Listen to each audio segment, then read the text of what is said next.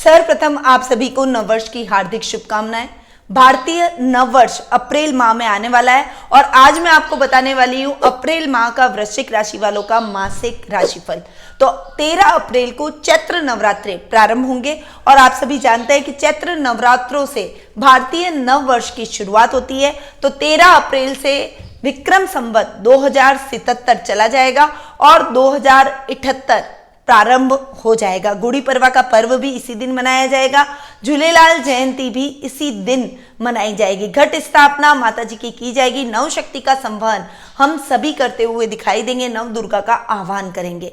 वहीं 15 नवंबर को नवरात्रि के बीच में ही गणगौर का पर्व आ रहा है और गणगौर का पर्व सुहागिनों के लिए विशेष महत्व का है। खासकर हमारे प्रदेश में यानी राजस्थान में इस पर्व का विशेष महत्व है। सुहागिनें अपने सुहाग की लंबी उम्र की कामना के लिए गणगौर माता की पूजा आराधना में लीन रहती है। वहीं 21 अप्रैल को रामनवमी का पर्व बड़ी ही धूमधाम से मनाया जाएगा। अयोध्या में तो बहुत ही धूम इस बार राम जन्म दिवस की, भगवान राम के जन्म दिवस की होने वाली है। 27 अप्रैल को हनुमान जयंती का पर्व बहुत ही धूमधाम से मनाया जाएगा। तो ये कुछ पर्व अप्रैल माह में आ रहे हैं जो कि हमें देखने को इस माह में मिलेंगे और इस माह को विशेष बनाने वाले भी यही व्रत और त्योहार है। साथ ही ग्रहों की कुछ स्थितियां भी इस माह को विशेष बना रही है। कैसे, जान लेते हैं। तो बढ़ते हैं आगे और ग्रह गोचर की पोजीशन के बारे में बात करते हैं। तो शनि ग्रह जो कि मकर राशि में स्वग्रही होकर विराजमान इस माह रहेंगे और आपके 3rd हाउस में यानी पराक्रम भाव में शनि ग्रह विराजमान होकर बैठेंगे।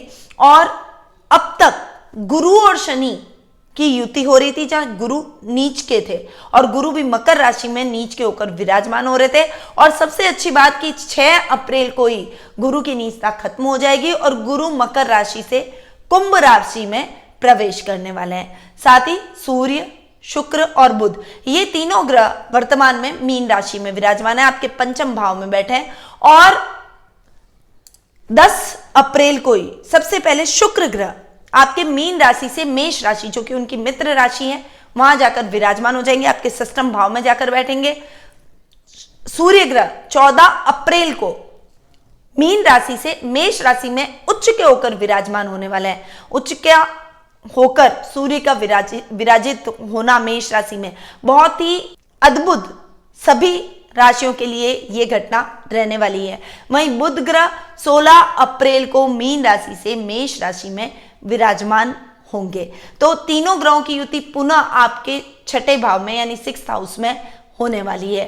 वहीं एक और महत्वपूर्ण राशि परिवर्तन इस माह होने जा रहा है। अब तक मंगल और राहु अंगारक योग बनाते हुए वृषभ राशि में जाकर विराजमान हो रहे थे, युति करके अंगारक योग बना रहे थे। और 14 अप्रैल को जिस दिन सूर्य का राशि परिवर्तन होने जा रहा है उसी दिन मंगल ग्रह भी ये युति और ये अंगारक योग छोड़ते हुए यानी इसे खत्म करते हुए वृषभ राशि से मिथुन राशि में आपके 8th भाव में जाकर विराजमान होंगे। और केतु तो आपकी ही राशि में जाकर विराजमान हो ही रखे। तो ये कुछ ग्रहों की पोजीशन है जो कि हमें इस माह देखने को मिलेगी।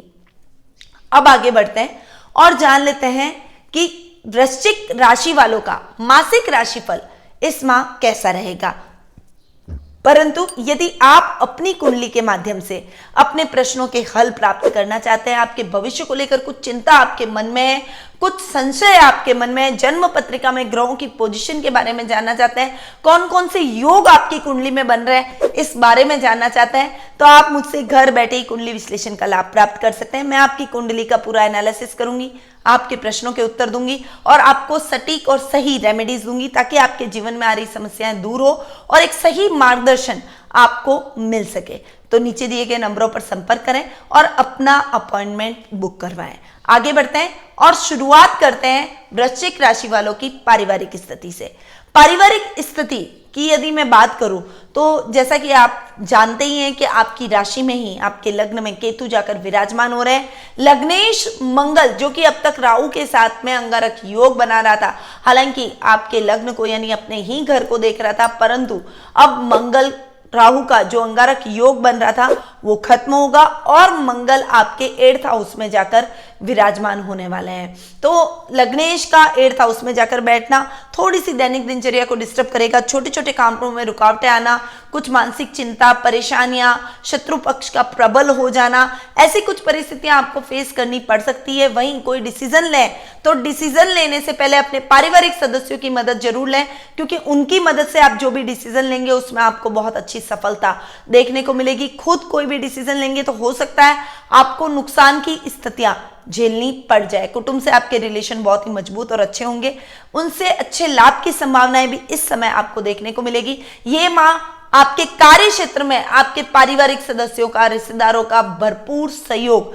दिलवाएगा, जिससे आप बहुत अच्छा लाभ प्राप्त करते हुए भी दिखाई देंगे। वहीं आपके बड़े भाई बहनों का आपको बहुत अच्छा सहयोग मिलेगा। यदि आप नौकरी कर रहे हैं तो आपकी नौकरी में आ रही बाधाओं को दूर करने में उनकी अहम भूमिका रहेगी, उनका मार्गदर्शन आपके काम आएगा। और यदि आप अपना खुद का कोई काम कर रहे हैं तो उसमें भी आपको उनकी सहायता देखने को मिलेगी। यदि आप बड़े हैं, आपके भाई बहन छोटे हैं, तो भी उनका साथ और समर्पण आपको हर क्षेत्र में देखने को मिलेगा। पैतृक संपत्ति संबंधी कोई विवाद है या फिर कोई पैतृक व्यवसाय आप लोग साथ में करते हैं तो उनकी सहायता से आप कोई बड़ा प्रोजेक्ट हासिल करते हुए दिखाई देंगे। पैतृक संपत्ति संबंधी विवाद ऐसे ही आप आपसी बातचीत के द्वारा सॉल्व कर लेंगे। वहीं इस समय आपके माँ के साथ में भी संबंध बहुत ही अच्छे होते हुए दिखाई देंगे।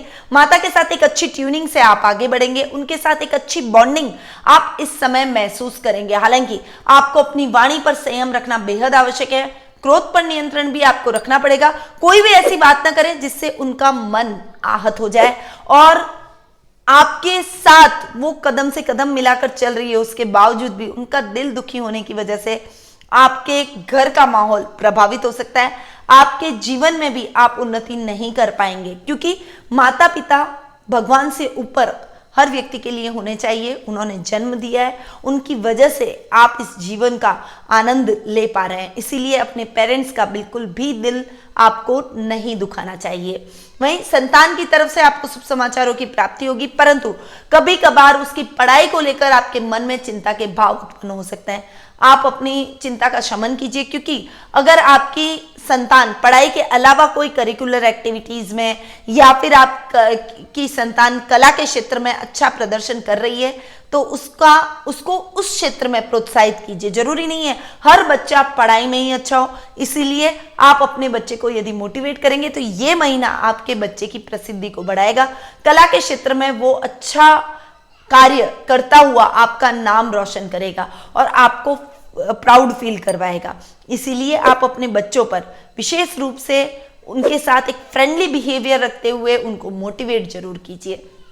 वहीं आपके ननियाल से आपके संबंध अच्छे रहेंगे, परंतु ननियाल के भाव के स्वामी जो कि मंगल आपके ससुराल भाव में बैठे हैं तो थोड़ा सा कहीं ना कहीं मिसअंडरस्टैंडिंग क्रिएट जरूर कर सकते हैं। इसीलिए इस समय आपको अपने नाना नानी के साथ में कदम से कदम मिलाकर चलना है। किसी भी प्रकार के रिश्तों में मनमुटाव व्यक्ति के लिए ठीक नहीं होता, वो उसके जीवन में बाधक साबित होता है। इसीलिए रिश्तों में मनमुटाव की स्थितियां न उत्पन्न होने दें। जीवन साथी के साथ आपके संबंध बहुत अच्छे रहने वाले हैं, परंतु उनके स्वास्थ्य को लेकर आपके मन में चिंता के भाव उत्पन्न हो सकते हैं। इसीलिए इस महीने आपको विशेष रूप से उनके स्वास्थ्य का ध्यान रखना पड़ेगा। वहीं ससुराल से मिले जुले परिणाम आपको देखने को मिलेंगे। उनसे कभी उतार तो कभी चढ़ाव, यानी कभी मिसअंडरस्टैंडिंग तो कभी वापस से रिश्ते सामान्य, ऐसी स्थितियां फ्लक्चुएट होती रहेगी और बनी रहेगी। तो इस माह आपको मैच्योरिटी लेवल दिखाते हुए अपने ससुराल वालों से भी अपने संबंधों को और अधिक सुदृढ़ करना पड़ेगा। कार्य के क्षेत्र में ये महीना आपके लिए ठीक रहेगा। इस समय आपके शत्रुओं का नाश हो जाएगा और आप अपने कार्यों में अच्छी प्रगति करेंगे। जो भी आपको नुकसान पहुंचाने की चेष्टा करेंगे, उल्टा उनको नुकसान की स्थितियां देखने को मिल जाएगी। यानी ये टाइम ओवरऑल पिता की तरफ से, आपके माता पिता की तरफ से और परिवार की तरफ से अच्छा रहने वाला है। पर मैंने आपको पहले ही बताया, वाणी पर संयम, क्रोध पर नियंत्रण और मैच्योरिटी लेवल को बढ़ाकर आपको अपने रिश्ते को हैंडल करना पड़ेगा। अब हम आगे बढ़ते हैं और जान लेते हैं आर्थिक पोजीशन के बारे में। देखिए, आर्थिक स्थिति की यदि मैं बात करूं तो इस माह आपकी आर्थिक स्थिति मिले जुले परिणाम लेकर आई है। आपकी आर्थिक स्थिति फ्लक्चुएट हो सकती है, जितना कर्म करेंगे उतना रिजल्ट नहीं मिलेगा। इसलिए इस समय अगर हो सके तो आप अपने काम जो आपके रूटीन में चल रहे हैं उन्हीं कामों को सतत रूप से कीजिए। कोई भी नए कार्य की शुरुआत के लिए ये टाइम इतना बेहतर आपके लिए नहीं रहेगा। इसीलिए इस समय जितना हो सके आप अपने कार्यों में ध्यान दीजिए। जो काम कर सकते हैं उन्हीं कार्यों को पूर्ण करने का प्रयास कीजिए। किसी पुराने मित्र से मुलाकात आपको बूस्टअप कर जाएगी और आपके कॉन्फिडेंस लेवल को बढ़ा देगी। वहीं आपके सामाजिक मान सम्मान में किसी भी प्रकार की कमी नहीं होगी। इस समय अगर सुखों की बात करूं तो सुखों में आपको किसी भी प्रकार की कमी महसूस नहीं होगी।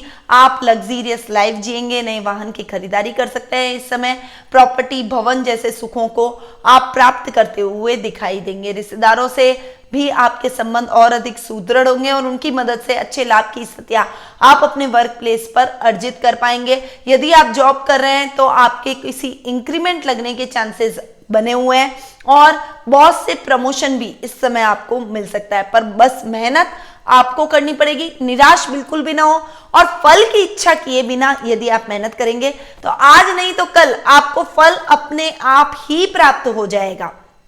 आगे बढ़ते हैं और जान लेते हैं शिक्षा, कैरियर और व्यवसाय के बारे में।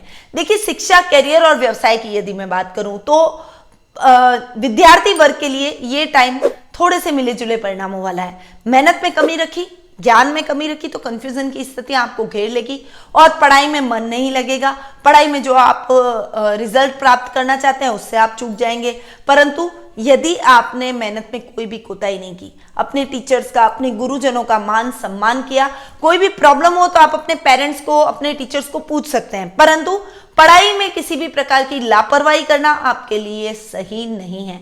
इसीलिए अपने चिंतन को जागृत रखें, पढ़ाई करने की चेष्टा को जागृत रखें और एकाग्रचित्त होकर, बस कंसंट्रेट होकर आप अपनी पढ़ाई पर ध्यान दें। पूरा ध्यान अपनी शिक्षा पर केंद्रित करें ताकि आप रिजल्ट को अपने फेवर में कर पाएं। वहीं शिक्षा के क्षेत्र में तो विद्यार्थी वर्ग के लिए थोड़ा सा अधिक मेहनत का समय रहेगा ही। कैरियर की दृष्टि से भी ये समय आपके लिए थोड़ा सा स्ट्रगलिंग रहने वाला है। थोड़ी मेहनत अधिक करनी पड़ेगी, हाथ पैर अधिक चलाने पड़ेंगे। अगर आपने नया काम शुरू किया है तो किसी के भरोसे अपने काम को आपको नहीं छोड़ना है, वरना वो आपके कार्य में नुकसान की स्थितियां दिलवा सकता है। रुपए पैसे के लेन देन के मामले में भी आपको विशेष रूप से सावधानी रखनी पड़ेगी। वहीं गुप्त शत्रु आपको इस समय परेशान कर सकते हैं, आपके कामों में व्यवधान डाल सकते हैं, आपकी तरक्की से जलते हुए, ईर्ष्या करते हुए आपके कार्यों को बिगाड़ने का प्रयास कर सकते हैं। इसीलिए इस समय आप जितना हो सके खुद पर कॉन्फिडेंस रखें। अपनी गोपनीय बातों को किसी के साथ भी शेयर न करें। गोपनीय दस्तावेजों को सुरक्षित स्थान पर रखें, वही आपके लिए बेहतर रहेगा। जॉब के अंदर ऐसी कोई लापरवाही न करें जिससे बॉस की डांट सुनने को मिल जाए।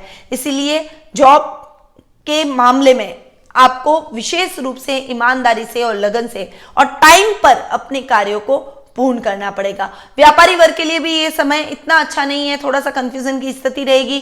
कोई बड़ा प्रोजेक्ट है तो उसे लेते लेते आप एक कदम चूक जाएंगे, जिससे आपके मन में निराशा के भाव भी उत्पन्न हो सकते हैं। परंतु मेहनत किसी की कभी खराब नहीं होती है। आज नहीं तो कल आपको अपनी मेहनत का यथेष्ट फल जरूर प्राप्त होगा। इसीलिए अपनी मेहनत में किसी भी प्रकार की लापरवाही आपको इस समय नहीं करनी चाहिए। कंफ्यूजन की स्थिति अगर आती है, आप अपने जीवन साथी का सहयोग ले सकते हैं, आप अपने पारिवारिक सदस्यों का सहयोग ले सकते हैं, माता पिता, भाई बहन, कोई भी जो भी आपके जीवन में इंपॉर्टेंट व्यक्ति है और वो आपकी नजर के अंदर ऐसा व्यक्ति है जो कि आपको सही मार्गदर्शन प्रदान कर सकता है, उससे मार्गदर्शन लेकर उसके बाद ही कोई बड़े डिसीजन लें, वरना डिसीजन में आना आपके लिए ठीक नहीं रहेगा। शेयर मार्केट में इन्वेस्टमेंट बिल्कुल भी ना करें। अगर करना है तो आप अपने जीवन साथी के नाम से करें, तभी आपको सक्सेस हासिल होगी। वहीं लॉटरी में इन्वेस्टमेंट करने से बचें, क्योंकि उसमें आपका पैसा फंस सकता है। तो थोड़ा सा संभल कर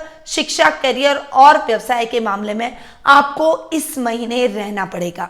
अब बात करते हैं जीवन साथी और प्रेम प्रसंगों की। देखिए, जीवन साथी और प्रेम प्रसंगों के मामले में वैसे तो ये महीना बहुत अच्छा रहेगा, जीवन साथी से किसी भी प्रकार का मनमुटाव नहीं रहेगा, परंतु उनके स्वास्थ्य को लेकर थोड़ी सी चिंता के भाव आपके मन में रहेंगे, क्योंकि 10 अप्रैल को ही सप्तम भाव के स्वामी शुक्र जो कि षष्ठम भाव में जाकर बैठ रहे हैं, आपके रोग भाव में बैठ रहे हैं। इसीलिए इसके बाद का जो समय है, इस समय आपको अपने लाइफ पार्टनर के स्वास्थ्य का विशेष रूप से ध्यान रखना है। यदि वो कोई बात आपको कहते हैं कि उनके स्वास्थ्य में कुछ गड़बड़ हो रही है, तो उनको इग्नोर ना करें। छोटी छोटी समस्याएं आगे चलकर विकराल रूप रहती है, तो उनके स्वास्थ्य का विशेष रूप से ध्यान रखें।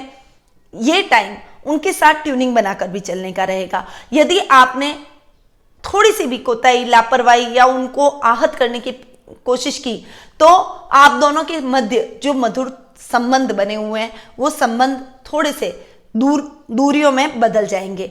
और यदि आप अविवाहित हैं, तो विवाह के बंधन में बंधने का आपका सपना इस महीने तो पूरा नहीं हो पाएगा। इसीलिए आप प्रयास कीजिए, इस महीने नहीं तो अगले महीने हो सकता है आप विवाह के बंधन में बन जाए और आपको एक सुयोग्य लाइफ पार्टनर मिल जाए। इसीलिए इस महीने आप जितना हो सके अपने लाइफ पार्टनर की भावनाओं को ध्यान में रखकर उनके साथ कदम से कदम मिलाकर बहुत पेशेंसली अपने रिश्ते को हैंडल करें। वहीं लव रिलेशनशिप में आपको धोखा मिलने के चांसेस बने हुए हैं। पार्टनर से धोखा मिल सकता है, जिससे आपका मन आहत हो सकता है, ब्रेकअप हो सकता है। इसीलिए मेंटली आपको प्रिपेयर रहना चाहिए। किसी भी रिलेशनशिप में सीरियस होने से पहले उस रिलेशनशिप को परख लेना बेहद ही आवश्यक है।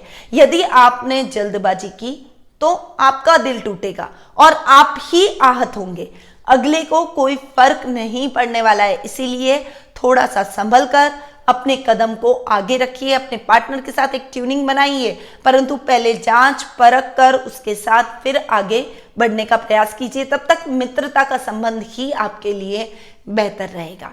अब हम आगे बढ़ते हैं और जान लेते हैं स्वास्थ्य के बारे में। देखिए, स्वास्थ्य की यदि मैं बात करूं तो ये महीना स्वास्थ्य की दृष्टि से आंखों की प्रॉब्लम दिलवा सकता है, बीपी की प्रॉब्लम हो सकती है, इंटरनल पार्ट्स की प्रॉब्लम हो सकती है, पाइल्स की, मसे की, ऐसी कुछ समस्याएं आपको झेलनी पड़ सकती है। और साथ ही ब्लड से रिलेटेड कुछ प्रॉब्लम होने की संभावना भी बनी हुई है। थोड़ा सा फोड़े फुंसी हो जाना, कुछ पेट संबंधी कुछ प्रॉब्लम हो जाना, सर्जरी होने के चांसेस बन जाना, ऐसी कई समस्याएं मैं इस महीने स्वास्थ्य के मामले में आपकी देख रही हूं। इसीलिए थोड़ा सा संभल कर अपने स्वास्थ्य का ध्यान रखते हुए आपको आगे बढ़ना पड़ेगा। स्वास्थ्य में बिल्कुल भी लापरवाही मत कीजिए। दैनिक दिनचर्या को थोड़ा सा बदलिए। अब विंटर से समर्स का टाइम आ रहा है, थोड़ा थोड़ा गर्मी होने लगी है, हमारे प्रदेश में तो हो ही रही है, तो थोड़ा सा अपने स्वास्थ्य का ध्यान रखिए। ओवर ईटिंग करना आपके लिए ठीक नहीं है।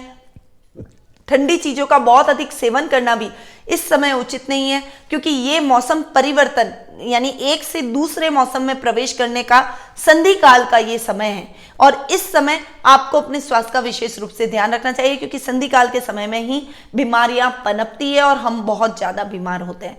तो थोड़ा सा गले का ध्यान रखिए, सर्दी जुकाम का ध्यान रखिए, बुखार का ध्यान रखिए। नियमित रूप से योगा, मेडिटेशन, प्राणायाम को अपने जीवन में अपनाइए। पानी बहुत ज्यादा पीजिए, पानी पीना आपके लिए स्वास्थ्यवर्धक रहेगा।